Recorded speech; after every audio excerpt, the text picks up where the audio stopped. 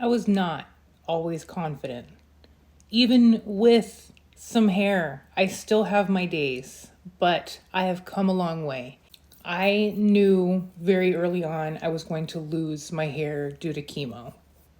And I mentally came to grips with that. I knew it was going to happen. I knew it was going to be part of the process. I thought about cold capping, but the way I figured it was a lot of money and not a guaranteed outcome.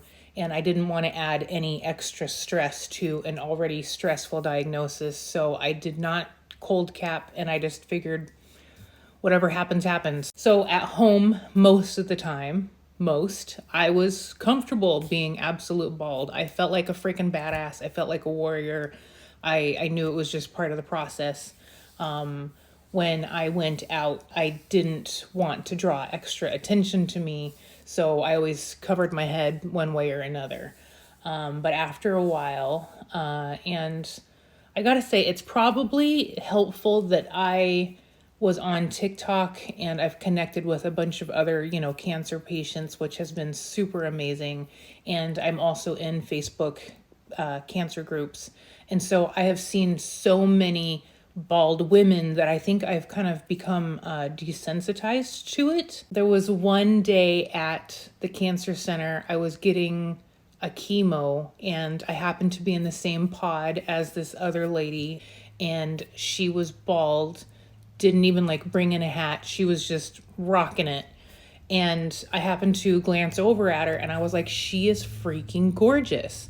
And then I went back to like screwing on my phone because I didn't want to like stare at her, but I was like in awe that she was just bald and beautiful. I didn't see ugly. I saw strength and beauty. My God, I'm freaking getting goosebumps. I just thought she was such an absolute badass. I was just like, she is so pretty and bold and beautiful and strong. And it was shortly after that that I was like, you know what? Screw this. If I don't want to wear a hat, I'm not going to wear a freaking hat. And I just figured I owned it. I knew that I was going through cancer treatment. And if people didn't like the way I looked, then you don't have to look at me. Look away. I don't want you looking at me anyways. But to each his own, if you feel more comfortable covering your head, then cover your head. And if you don't want to do it anymore, then don't do it. It is absolutely up to you. There's no rights, there's no wrongs. It is what makes you comfortable. And if you want to try to go out and, test the waters, then, maybe while you're out, if you're feeling brave, take it off and see how you feel. And if you don't feel comfortable, you can always put your hat or scarf or whatever it is back on. Like I said, there's no rights, there's no wrongs, there's no rules. You don't have to do it because other people are doing it. To each his own. For me personally, the first time I left the house without any type of hat, I was a little nervous, of course. But once we got out there and I felt the breeze on my head, I felt liberated. I felt like such a badass. I felt like that beautiful, strong woman in the chemo center.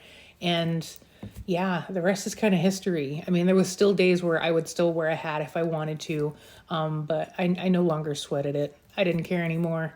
It's my body. It's my choice. I was doing what made me feel comfortable. I didn't want to have to worry about it anymore. So this probably isn't the best example, but I got this little book. I need to upload the video on this. It's Gracie. They sent me a gift box, which was amazing, kind of like the Hope Kit. But when I opened the box and I saw this, I was like, wow, I didn't go, oh my God, she's ugly. She doesn't have hair. I see a strong woman that is independent and owning her beauty. And granted, she's not smiling, but it doesn't even faze me that she's bald. It doesn't. Like I said, I might be desensitized, but I just see a very pretty, strong woman that happens to not have hair. I did try wigs. I went through 6 of them before I found one that I did like. I'll do a separate video on that so that this isn't any longer than it already is. Something that helped me personally, When I was wearing like the beanies and hats, it didn't bother me. I felt complete. But once I started living my life as like a bald lady or a lady with really, really, really, really, really short hair, I didn't feel as feminine as I would like. So I started wearing like, big hoop earrings, which I've never ever done. I've always just worn small silver like huggies because I am a wash and go simple girl. I don't want to put in the extra effort to accessorize. But that has helped me feel more ladylike, more feminine, more girly, more like myself. So just think outside the box.